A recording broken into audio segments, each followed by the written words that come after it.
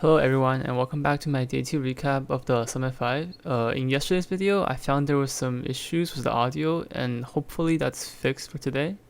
And let's get into today's match. In the first series, we have Team Liquid going up against Venom. In the first game of the series, Venom played a 4 protect 1 strat around Madara's anti-mage, and they out-rotated TL early, allowing Madara to get completely free farm. TL had no way of dealing with the farm AM at all, and their own carry could not farm nearly as fast as AM to compete. This allowed AF to take the game fairly easily at 31 minutes. In game number 2, TL decided to go with a Huskar Oracle combo, and AF tried to counter it with last pick Timbersaw. The Timbersaw pick turned out very poorly for them as Huskar dominated him in the lane, and Liquid steamrolled AF in 20 minutes, tying up the series 1-1. In the final deciding game, even though AF was ahead in kills the whole game, Liquid's Invoker and Morphling were still able to keep up with the Slarking farm by split pushing. The game deciding moment came at 38 minutes. AF was already on the back foot as they were already down one set of barracks, but they still had a chance because Slar had an Aegis, and they were able to pick up the Clockwork right before a huge engagement, which basically makes the next fight 6 vs 4. However, Liquid knew the Slark's Aegis was going to expire very soon, so they successfully kited the Slark away while Morphling went to the backline and sniped the Beastmaster. The Slark's Aegis expired literally the second right before he died, and with Slark having no buyback, it was the end for Venom, as Team Liquid sends them to the lower bracket and advances to the semi-final. In the second series, we have Navi going up against Wings. In game number 1, Wings had the momentum in their favor early. At 18 minutes, they were already pushing Navi's high ground with an Aegis. However, the execution from Wings was very poor, which allowed Navi to easily wipe them without losing anybody, thus giving Navi the momentum. From then on, the game became very back and forth, with Navi coming out on top in the end. This game was probably the most competitive match so far at the Summit 5, and I have made a highlight video, which I will link below and also at the end of the video, so please check it out.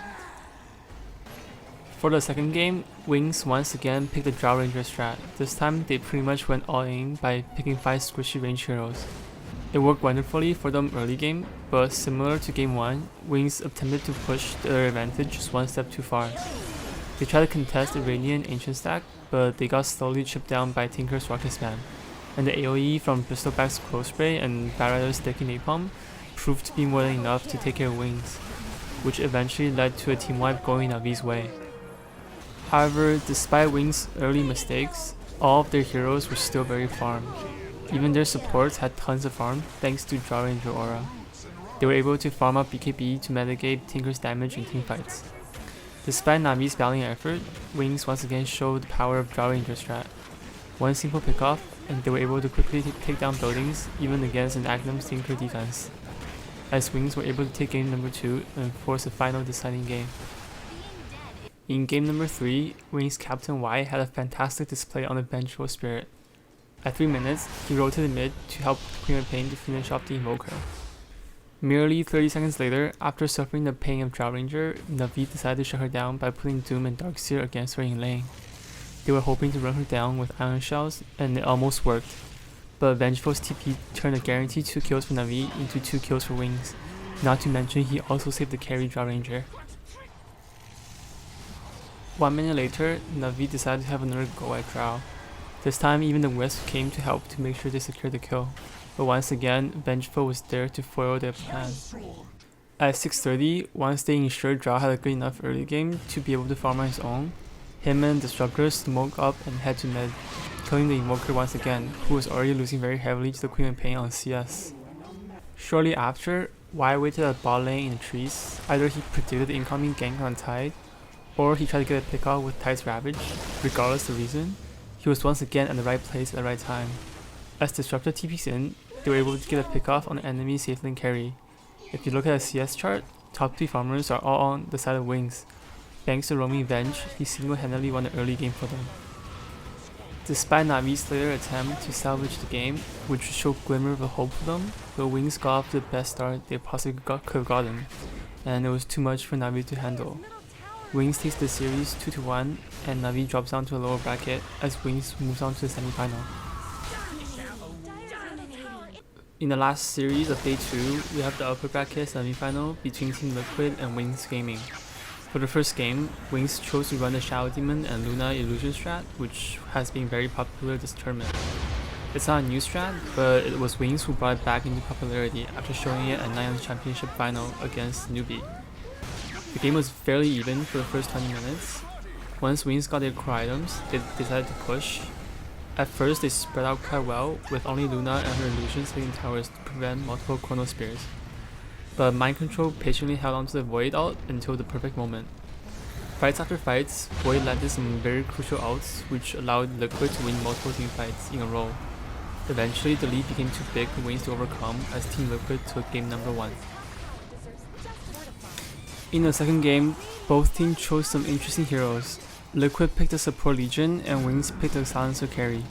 The Silencer ult proved to be very powerful with Beastmaster ult, which allowed Wings to pick off anyone and Liquid couldn't use any of the defensive abilities to save them.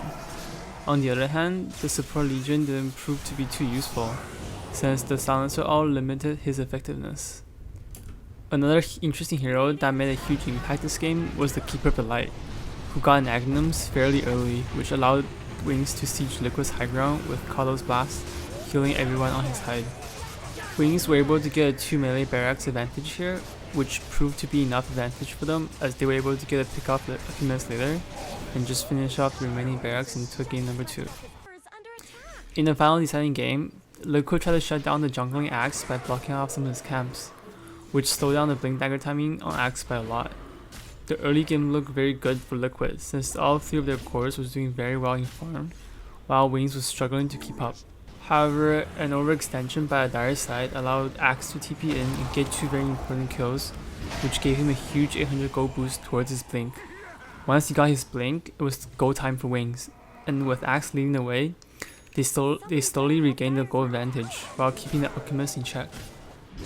Since the Alchemist could not snowball in farm due to Wings having map control, the game became very difficult for Team Liquid because the free farm Morphling had the same net worth as Alchemist.